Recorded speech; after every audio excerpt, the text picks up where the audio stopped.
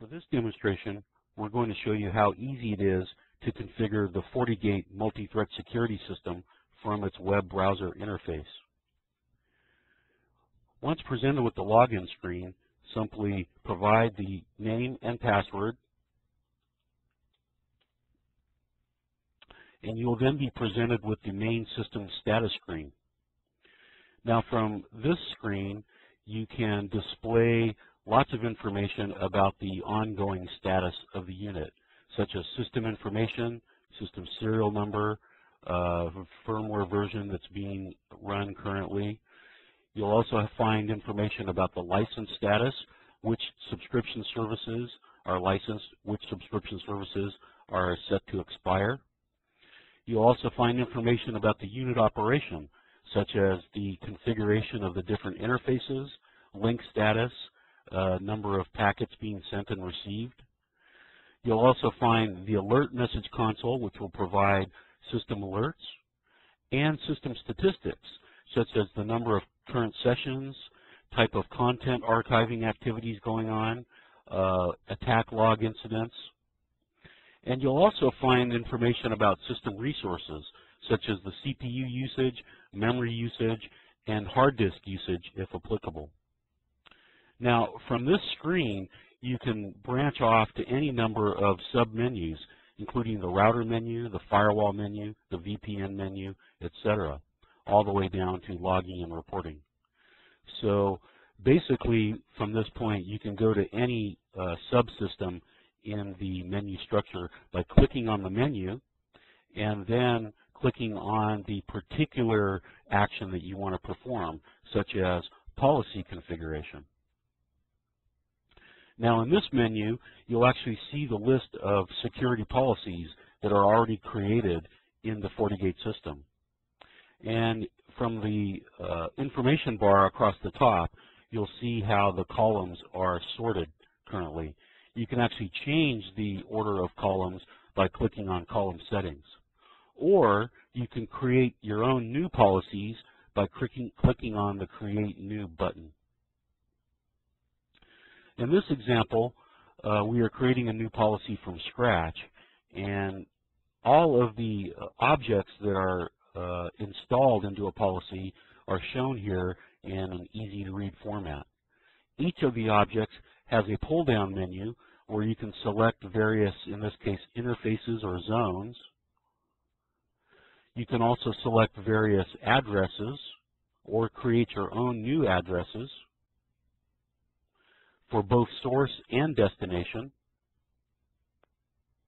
You can also select the appropriate schedule, the type of services that the policy will include, or groups of services,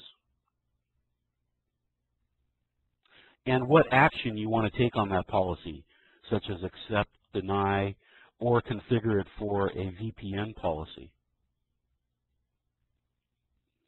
For each policy, you have the choice of selecting NAT or no NAT, and the ability to configure a unique protection profile just for that policy.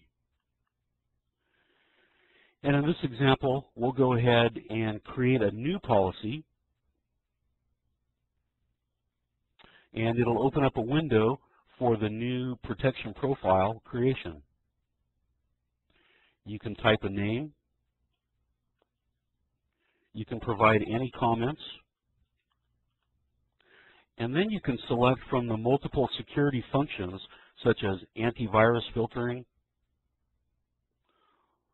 or web filtering.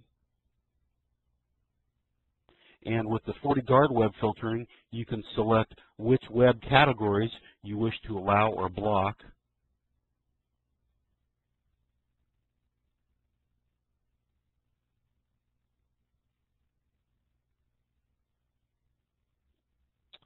And additionally, you can select other security functions such as spam filtering, IPS, content archiving, instant messenger, peer-to-peer control.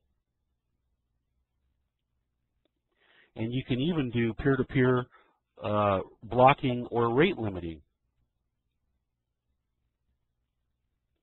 Rate limiting allows you to simply provide an upper limit to the amount of bandwidth that this policy will be allowed to use in the overall firewall bandwidth. Once you've completed that and you get operation successful, now you can do some additional things in the policy, such as logging of traffic, traffic shaping, user authentication, etc. And finally, when you're all done, click OK. So now we've just added a new policy in the policy table. At this point, you can do some additional configurations, such as logging and reporting, such as configuring a log system or a log server. And you can actually do report configuration if you have a report server set up, such as a FortiAnalyzer, and set up various report types for different activities that you want to monitor. And then hit Apply. Once you've set up your reports, you can actually access your reports through the Report Access menu. We can generate reports both on historical analysis as well as current memory analysis for what traffic has been stored in memory.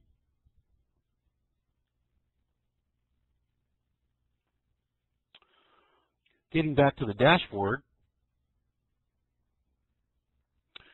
we can also take a look at what is the current status of all of the sessions that are going through the firewall. So this table will show you which protocol, what the source address, source TCP or UDP port is, and destination address and port is, as well as the expiration date for all of the sessions that are currently going through the firewall. We also have the ability to clear and set filters,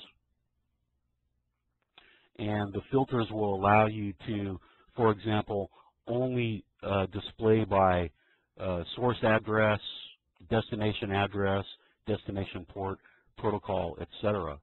So by setting the filters, you will be able to look for just specific session entries.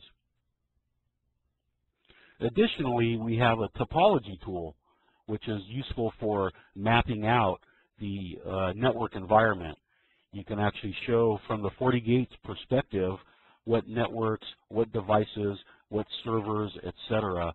are attached to the various interfaces.